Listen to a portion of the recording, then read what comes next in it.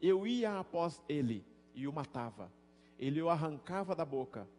Levantando-se ele contra mim, segurava-o pela queixada, e o feria e matava.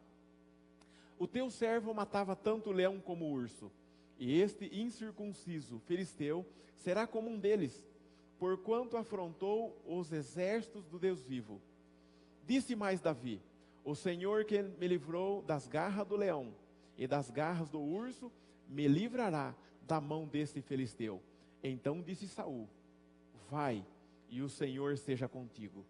Então, quando nós falamos de Davi, nós lembramos então de tantas coisas, né, e feitos que ele realizou. Lembramos também do hino, né? Tem o hino Só o Rapaz Davi, né? Como que diz o hino? A primeira estrofe do hino, para a gente se conectar totalmente com a história. Só o Rapaz Davi. Ajude cantando essa estrofe. Preciso de um tom, Clécio.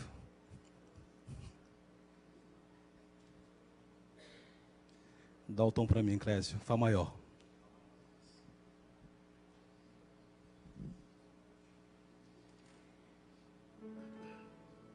Sou o rapaz Davi, com sua funda em mão. Sou o rapaz Davi, rapaz de oração. Sou o rapaz Davi, lá no pequeno rio. Sou o rapaz Davi, 5, 6 para si tomou. E uma pedrinha pôs na funda, então girou, girou. E uma pedrinha pôs na funda, então girou, girou. Girou, girou, girou, girou, girou, girou, girou. E uma pedrinha foi para o ar, e o gigante veio ao... Obrigado. Obrigado. Davi, ele é um personagem então que nos inspira muito, e ele teve muita comunhão com Deus. E aqui ele fala então da sua experiência lá no campo, cuidando então das ovelhas. O que me impressiona na história de Davi, quando ele cuida ali das ovelhas, ele conta o seguinte para o rei estava com muito medo. O rei estava com muito medo. Por quê? Porque um gigante, todos os dias, o gigante Golias, ele vinha até um local ali de batalha, e todas as manhãs, ele afrontava o exército de Israel, o exército do rei Saul. E ele dizia: se vocês têm um homem para lutar contra mim, mande esse homem, e nós lutaremos. E aquele que ganhar a batalha, então o exército que perdeu se torna escravo daquele que venceu. Para que vai morrer um monte de gente, sendo que nós podemos decidir a batalha em um único confronto? E ele fazia então isso todos os dias, tá certo? Então havia muito pavor, havia muito temor com relação ao rei Saul, o seu exército e a nação de Israel. Porque Golias, ele falava com muita força, ele falava então com muita convicção, então ele desafiava. E aí quando Davi, ele vem, veja bem, na conversa que eles tiveram, ele tinha agora que convencer o rei Saul que ele tinha capacidade para enfrentar o gigante Golias. Mas como fazer isso? Então normalmente o nosso cérebro, ele é altamente comparativo. Quando você vai fazer alguma coisa, você sempre mede aquilo que você vai fazer normalmente por algo que já aconteceu.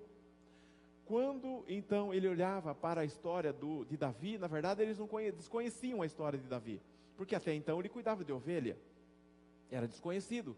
É um menino, ainda um jovem. Uma outra coisa, ele não tem experiência nenhuma, ele nunca lutou contra ninguém, ele nunca matou ninguém. Como que ele pode dizer para mim que ele vai enfrentar um homem que é uma máquina de guerra? Como? Então a mente humana, ela não vai conseguir mesmo enxergar isso, tá certo?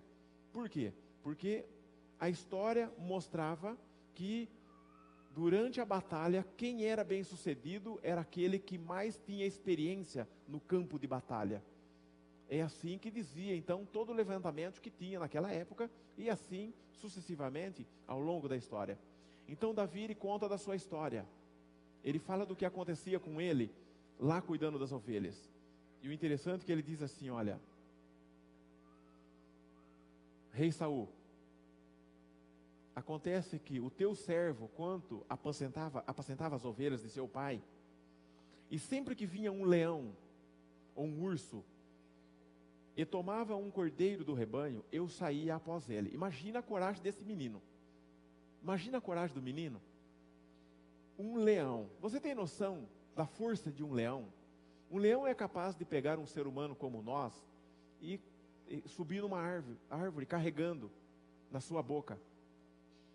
Ele tem uma força tão grande, quando ele morde, né, a sua presa, os seus dentes, eles são tão fortes, que ele consegue perfurar o couro, né, de um búfalo, que é extremamente grosso. Ele perfura para poder matar a presa. Ele perfura. E Davi, dá uma olhada na coragem dele. E ele disse que ele corria atrás do leão. E quando o leão estava lá, ele ia lá e tirava a ovelha da boca do leão. Se tem um momento que o leão, ele está bravo, é o momento que ele está se alimentando. É um dos momentos mais perigosos, é quando ele está se alimentando. E Davi disse, não, eu ia lá e tirava a ovelha da boca dele. Não, e tem um detalhe também, tá? Se o leão, ele quisesse me enfrentar, eu pegava ele pela mandíbula, enfiava a mão na boca dele, pegava na mandíbula, e eu matava ele, eu batia nele até morrer. Você ia falar assim, não, esse menino está faltando um parafuso. Imagine se alguém vem e conta uma história dessa para você. Você acreditaria nessa história? Não, ninguém viu isso acontecer. E ainda, é uma pessoa muito jovem, não tem experiência nenhuma da vida praticamente, e ela vem e conta uma história dessa para você. Qual é a conclusão que você chegaria? Esse menino trombou no poste, está faltando um parafuso. Porém, esse menino, ele vai argumentando, ele vai falando. Segundo, então, a escritora Ellen G. White, o rei Saul, ele bolou uma estratégia. Eu vou usar esse menino para prender a atenção, então, do povo filisteu. Para que durante o momento dessa distração, nós vamos conseguir, então, guerrear contra eles e vencer. Então ele bolou uma estratégia. Não pense você que ele ficou convencido. Ele não ficou convencido. Embora ele disse, não, e da mesma maneira, assim como Deus dava o leão e o urso na minha mão, Deus vai dar também esse filisteu incircunciso nas minhas mãos. E aí então, todos os dias ali no campo de batalha, quando o gigante Golias, ele fazia o desafio, ele afrontava o povo de Israel. Ele fazia isso com vários objetivos. Um dos grandes objetivos era causar nas pessoas uma guerra psicológica. A guerra psicológica é realmente causar o pavor, causar o medo, e aí deixar as pessoas então vulneráveis, para que se houvesse o confronto realmente, homens medrosos, eles perdem a capacidade de reação e usar toda a capacidade física e mental que ele tem. Pessoas com medo, elas têm uma tendência muito maior de perder os seus conflitos e as suas batalhas. E essa é uma tática usada ao longo de todos os anos. Existe um homem, né, um general, lá da Pensilvânia, que se chama Vrade. Vrade, ele causou guerra psicológica no momento em que ele teve que fazer guerra. O que ele fazia? Ele pegava e empalava os seus inimigos. Ele pegava e colocava numa estaca. Quando o inimigo via, os que estavam ainda, né, vindo guerrear contra ele, passavam no local aonde ele esteve, via tantas pessoas e pendurava então em uma estaca, eles ficavam totalmente amedrontados. Houve também um outro, né, general muito famoso, um dos mais famosos também que o mundo conheceu, Júlio César. Júlio César, quando ele conquistava os seus inimigos, a história diz que ele normalmente matava todo mundo daquela aldeia. Normalmente era assim. Com poucas exceções ele não fazia isso. Por trás daquela morte havia uma mensagem: não vale a pena lutar contra Júlio César. E a notícia se espalhava: aonde ele passou, ele matou todo mundo. Não vale a pena. É melhor nós sermos escravos dele e permitir que ele domine sobre nós. Havia uma mensagem por trás desse feito. Então, ali havia uma guerra psicológica. Porém, Davi, quando ele viu aquilo, olha como que é a mente das pessoas. Quando você olha para uma coisa, não significa que você vai ver o mesmo que as pessoas estão vendo. Davi, quando ele olhou para Golias, ele teve uma impressão. O exército de Israel, quando olhava para Golias e ouvia ele falando, eles tinham uma outra impressão. Qual eram as duas impressões? Qual eram as duas leituras que aconteciam? Quando o povo de Israel, o exército, olhava para o gigante e via aquele gigante, a história diz que ele tinha aproximadamente 3 metros de altura. Você tem noção? 3 metros de altura dá quase até na altura aqui do teto, desse primeiro teto. Ele tinha aproximadamente 3 metros de altura. Ele tinha uma roupa que era uma couraça, que era feito tipo escama, para dar a ele agilidade no momento da batalha. E ele treinava com aquela roupa. Ela pesava cerca de 60 quilos, aquela roupa. Você tem noção? É mais do que o peso de muitos que estão aqui nessa manhã. 60 quilos a roupa. Ele tinha uma lança, que a ponta da lança tinha 7 quilos aproximadamente. 7 quilos, só a ponta da lança. Então, quando eles olhavam, os filhos de Israel olhavam para o Golias, eles diziam: não tem como vencer. Não tem como vencer esse homem. Lutar contra ele é suicídio.